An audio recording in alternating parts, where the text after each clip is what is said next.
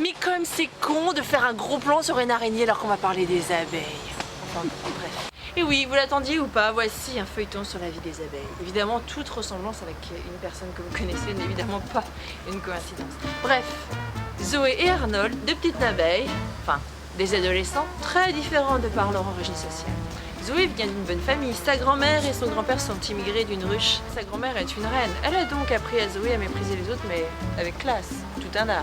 Un petit exemple, un va te faire foutre devient dans un langage royal « Allez mon brave, allez faire un tour, je serai encore là au prochain tour pour vous dire d'en faire plusieurs ». La grand-mère de Zoé lui a aussi inculqué les bonnes manières, c'est-à-dire à butiner avec la patte arrière gauche légèrement relevée. Quant au grand-père de Zoé, il avait un accent façon Didi parisien. Mais comment allez-vous me dire, une femme de la haute et un mec genre Titi parisien ont-ils pu se rencontrer? Eh bien, la grand-mère de Zoé était tellement moche, mais un vrai pou, vous imaginez pour une abeille, que personne ne voulait se marier avec elle. Quant au grand-père de Zoé, bah pour lui il était moche, myope, non, il était myope en fait, il était pas moche non plus, il était myope comme une taupe. Il a été séduit par ses manières de femme froide, mais au fond il se disait qu'elle était peut-être froide mais pas fraîchie. Pour continuer à parler famille, je ne vous ai pas encore parlé des parents de Zoé.